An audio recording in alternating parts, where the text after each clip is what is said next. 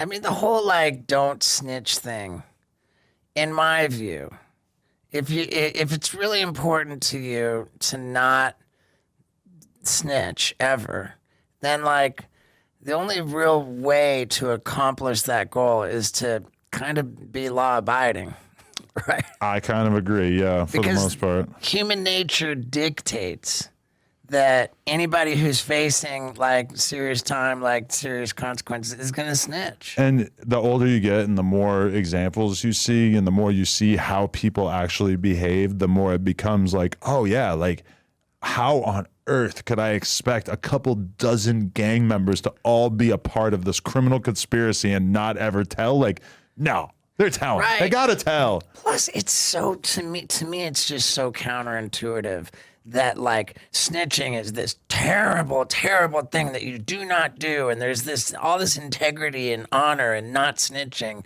like, but robbing people's fine. Yeah. You know, like harming people is okay. Like, Right. what about all the illegal stuff? Like, what about all like the the violent, like mean stuff? Like, why is snitching such a big problem if all the rest of that stuff's okay? Right. It's like you just How pick, about just be a good guy? and it's the one sin that gets in the way of stopping people from committing other bad acts. And that's why snitching has to be such a priority. Like you could kill someone, but Right. you can't tell the cops who killed someone. Right. It is kind of hard to imagine why this is. It all just doesn't add up or check out. And, you know, I'm not like trying to be holier than thou. Like, oh, I'm a good guy. I mean, I get it, you know, do your thing.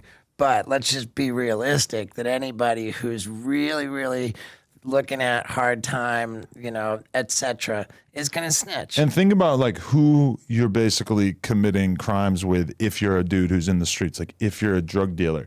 Your entire clientele are people who are by definition frazzled, untrustworthy, and not the kind of people that you would want to enter into a conspiracy with, because there are people who are literally under the spell, under the control of whatever drug that they're hooked on. So even if you're like a coke dealer or a heroin dealer or whatever, and you have 20 clients, I mean, like, what the fuck is stopping them from telling the cops exactly who they're getting shit from the second that they get caught? I mean, these are people who are not in complete control of their brain, basically, by definition. Right. For sure.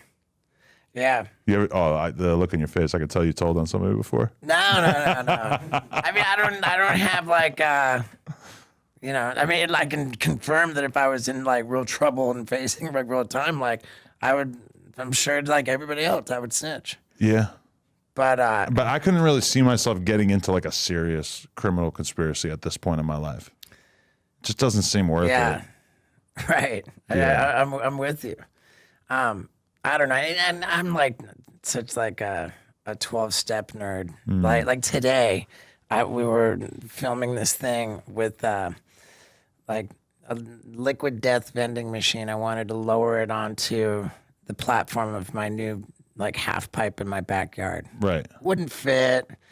We tried to do it with a helicopter, whatever. Had to do it with a crane. So while the crane is there, my buddy's flying the drone, but the drone's nowhere near the vending machine in the air. And I got grumpy. I like yelled at him, like, God damn, like now he's missed the shot. Like I'm screaming, like, okay, now we gotta get the crane operator to lift the vending machine all the way back up into the air and get the drone on. And just the way that I was like giving these directions for shooting the drone, like I was grumpy and I was like yelling and like I lasted around 5 minutes after that, and I was like, hey man, I'm sorry for talking to you like that about the, you know, like my threshold for like doing like wrong is like just so, you know. That's dope though that you're even in that state where you're thinking about that, because I feel like that's something that happens to people as they become successful, as they start to feel like it's kind of their right to treat everybody around them like shit. And you really have to like fight back against that, you know, because that's like your worst impulse being indulged. But almost everybody, as they become successful, starts to treat everybody like they're better than them, at least for a while, before maybe you get a reality check and you kind of reel it back in.